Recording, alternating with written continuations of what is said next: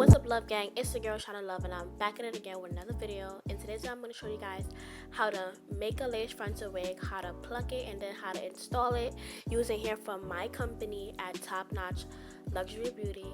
So the first thing you guys see me doing is bleaching the knots. This is important because the knots on every lace frontal comes black, so you have to bleach it so that it's orangish or transparent color. It turns like more like orange, and it mimics the scalp better than black knots. So you have to bleach the knots to get the most natural look. And I am using a 40 volume developer with my BW2 powder in a mixture that is thick enough so that it does not fall off of the knife, and I left that on there for 30 minutes, and then after that it's time to start placing the frontal on the wig cap. So I use dome caps to make my wigs, and I'm using a size 22, I believe, wig head. That's like the most average size, so that's the size that I went with. Now when it comes to placing your frontal on the wig cap, you want to place it at least 1 or 2 inches before the dome cap, and that just gives it space so that the wig fits better. So I start off with just pinning it down, and you pin it. It all depends on how much pins you want in there to keep it secure. And the way it's supposed to be is that it's supposed to have a M shape in the front, and that's how you know that you did it correctly, and that just helps it fit more. And then you have to make sure the back is flat. Now it's time to start sewing that on there, and it's just pretty like self-explanatory, the sewing part to me. You sew and then you wrap around the thread 2 times around the needle, then you pull through. It's honestly easier to look than to listen to what I'm saying, because it may confuse you the way I say it, so it's better if you guys just look at what I'm doing. And for the frontal part, you want to make sure that you sew very close together so that some parts of the frontal doesn't lump up and look stupid. So you sew really close together for the frontal because you want that frontal to be flat and laid. Okay.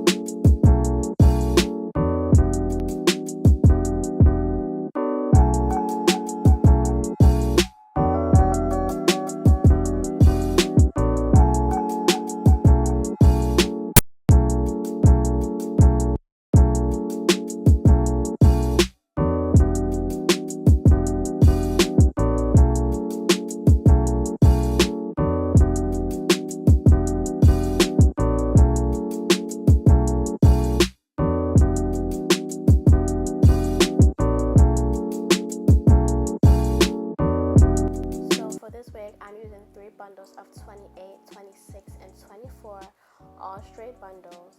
And look how silky it is. Make sure y'all follow us on Instagram at topnotch_lux. I'm gonna leave all the description. I'm gonna leave the links to everything in the description box down below. Now I'm showing you guys now how I attach the wefts together. So I basically pull them together.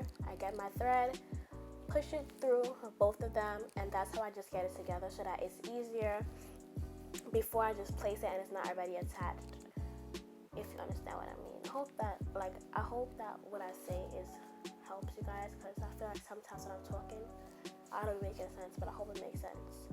So once you get that secure, that is when it's time to attach it to the zone cap. And after that, I feel like it's very self-explanatory. Like, I don't know how to explain sewing. Like, I'm not a sewist, but I just know how to sew wigs onto a wig cap or a dome cap. So, okay, you wrap around twice, pull it through, make sure that's secure. Then you do that again to make sure that it's really, really, really, really, really secure, because you want to make sure that no bundles are slipping off your wig, because that's just not cute. Especially if you're making it for somebody, you do not want to buy texture like, oh my god, my wig is falling apart. You don't want that, so make sure that it's very, very, very secure on there, okay?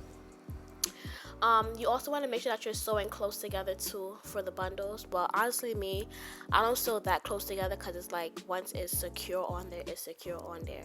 So you don't really have to go as close as you were with the front, so you can have a little more space between them. And putting pins in the bundles helps speed up the process some more, because it just keeps it in place. So you wouldn't have to keep holding the bundle as you sew. So I use pins to pin that right in there. I really want to get into making wigs on a sewing machine, because it will be way faster. Like, this takes me a little bit too long for my liking, so I'm trying to learn how to do it on a sewing machine, but it seems really, really, really hard. Like, I was watching a video and it was just too much for me. And then on top of it, the sewing machine was like almost $300, which I don't mind, because I'm gonna make it back from making the wigs. But it's like, I don't know if I really want to pay that, because I look at the reviews and they was talking mad shit about it. They was like, oh, this worked for a month, and after that was done.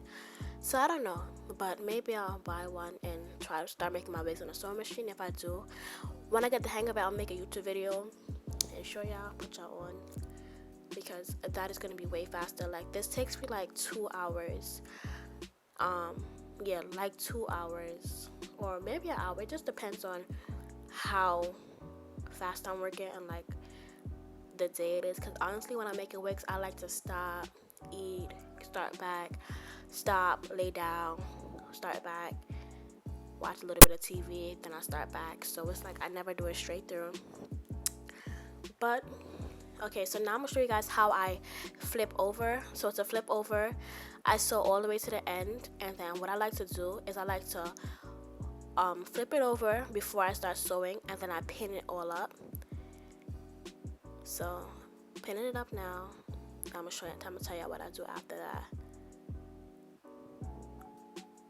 Making sure that it's equal spacing, like throughout the whole thing. In the back, I like to do it a little spacey to make sure that it has enough for the whole head, and then at the end I'll like go back and make sure that it's really enough. Well, at the end I like to go back and just fill in the spaces so that it's basically full. Alright, so now that it's pinned, I like to give it a little space, and then it's like I anchor it flat.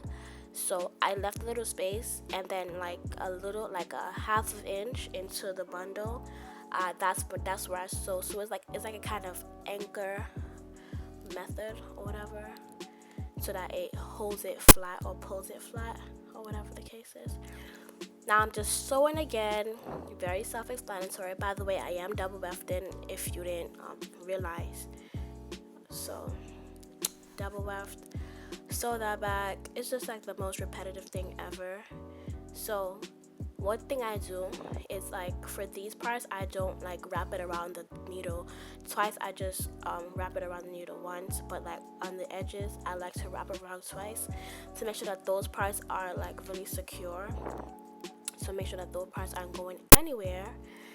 And I'm gonna just let you guys watch the video of me sewing it, and I'll be right back to talk your head off a little bit more when I'm done sewing.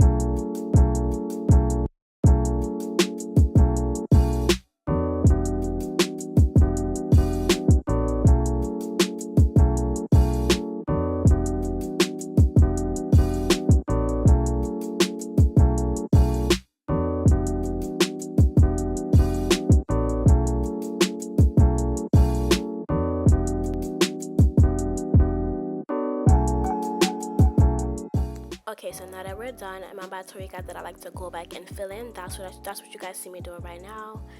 Now it's time to cut off the excess cap. And you don't want that on because you do not want that to be showing underneath your frontal, because it's just not gonna look right. I thought that's self-explanatory though. I really feel like everything is self-explanatory, but I have to really remember sometimes that not everybody does hair, so not everybody gonna understand, because people really don't be knowing. But I'd be like, girl, it's self-explanatory. Alright, now it's time to pluck. I know this is a little fast because I time-lapsed it, but I'm gonna definitely have more videos on my channel of me plucking. Plucking is all about how you want your stuff to look, and it's just like you sitting there plucking, you should know when it looks natural. Like, it doesn't mimic a real hairline. Like, does it really look real? That's what you gotta know. But basically, I like to do this method. So I part off some from the front, and then I pluck behind it, because sometimes on frontals, especially on my frontals from my company, the front comes already like really plucked, so you have to just go behind the front part of it and pluck that somewhere. Now I'm putting it in the middle and hot combing it out, putting some mousse on there, parting the middle part. This part is a little fast, but don't worry, because I'm gonna have a lot more videos on my channel of me being very precise on how I pluck and all of that. So this is just like a broad generalization of everything. I didn't go too in depth into plucking, but now it's the next day, and I'm just putting that ball cap on there, just using my Gold Spawn. I used to use Scotch to be glued, but I feel like the Gold Spawn is better. And so yeah, you put some foundation on the lace that matches your client's skin tone, and also put some on the wig cap before you put the Gold Spawn down on there, and that just helps give it a more melted look. You can get away with the foundation being a little bit lighter than the skin tone, but just never too dark. Like, you know, your scalp could always be a little bit lighter than the skin, but it's really ever too dark. So you want to make sure that you get a foundation that matches your client's skin tone well.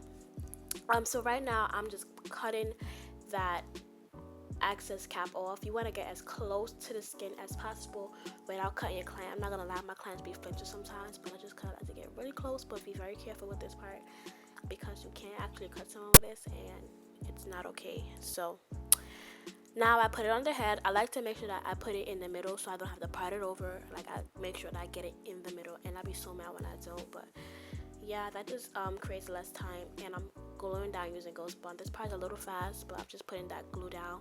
I put 3 layers on. I just wait till it turns clear, and that's when I start putting it down. It is cut in sections, and that just makes it easier. Well, it doesn't really matter. You don't have to do that, but I just do that because it just makes me feel better. To cut off the side tabs, what I do is I part out the hair with the scissors and then just cut it off. And that's basically all I'm doing. To get that melted look, I don't cut the lace off right away. I let it sit in the like I put an elastic band around the top of it, around the lace part, and it just helps it melt longer. And then when I do that, I like choose to like flat iron or something. And that's basically it. But this is hair from my hair company. I know I said that already, but this lace is just the bomb. Like, it's the lace for me, and it's always the lace for me. Like, the lace just be looking so good. I love it. But yeah, and the parts where you have excess like lace that's not glued down, you just put some more Ghost Bond there, and that's how you get it to glue down. And right now I'm flattening the hair, and I'll let you guys just watch me flatten the hair. And pay attention to how silky it is, because that's just period. Like, if you want silky bundles for the low, you already know where to shop. www.topnotchlux.com. And that's just that. But I'll be back when it's time to cut off the lace.